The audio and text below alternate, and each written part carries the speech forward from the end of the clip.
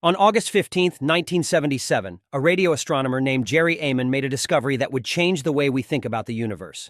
While working at the Big Ear Radio Telescope in Ohio, Ehman detected a strong, narrow-band signal that seemed to come from the constellation Sagittarius. He wrote the word "wow" next to the signal on the printout, and the name has stuck ever since. The WOW signal was one of the most promising signs of extraterrestrial intelligence ever detected. It was a strong, steady signal that lasted for 72 seconds, and it was unlike anything that had been seen before. Since then, for 40 years, some have claimed the signal was made by aliens. Others have said a star caused it. Many people theorized as to what might have caused the signal, but there has been no agreed-upon explanation.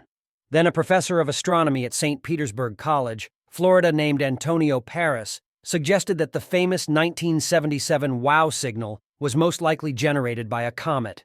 Paris and his team learned that two comets, 266P Christensen and P2008Y2, were passing through the part of the sky the Big Ear Radio Observatory was surveying in 1977 when the WOW signal was noticed.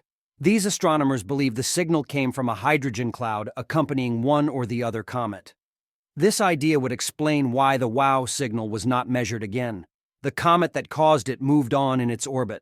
Paris and team recently took an opportunity to survey the region of the sky around Sagittarius once again, using a 10-meter radio telescope, when comet 266P Christensen was again passing through this region.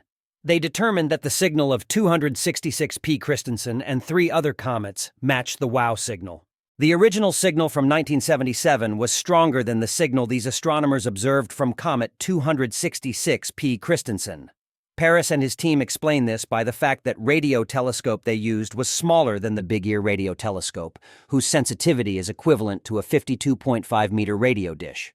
Moreover, because comets lose mass as they pass into the inner solar system, comet 266P Christensen would have been more massive 40 years ago. Moreover, 266P Christensen and other comets have clouds of hydrogen gas millions of kilometers in diameter surrounding them. The WOW signal was detected at 1,420 MHz, which is the radio frequency hydrogen naturally emits. Notably, the team has verified that the comets were within the vicinity at the time, and they report that the frequency of the radio signals from 266P Christensen match those from the WOW signal. Paris admits it is not certain that the WOW signal was generated by comet 266P Christensen. However, his team concludes that the 1977 WOW signal was a natural phenomenon generated by a comet accompanying with hydrogen cloud. While promising at first because of the hydrogen cloud, Seth Shostak from the SETI Institute stated, "The comet hypothesis, in my opinion, doesn't work. I've never heard of anyone measuring strong hydrogen signals from a comet. But comets on the other side of the solar system, as these were, don't move fast enough to appear in the Big Ear's beam, then disappear scarcely a minute later." Was it simply interference from Earth? A telescope malfunction? There were hundreds of satellites in Earth's orbit at the time. However, it is unlikely that something on Earth caused it.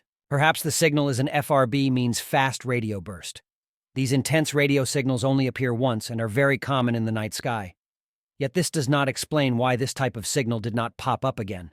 Because of the limitations of the telescopes of that era, it is hard to say exactly what it could have been.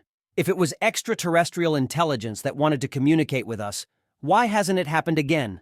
Are they so far away that we will have to wait decades for another transmission? Or did we simply miss a very powerful cosmic event? The probability of intelligent life beyond Earth is high, according to some. For now, we are stuck with a singular event that could be the answer to one of humanity's most important questions, but which lies on the shelf as a dead-end curiosity.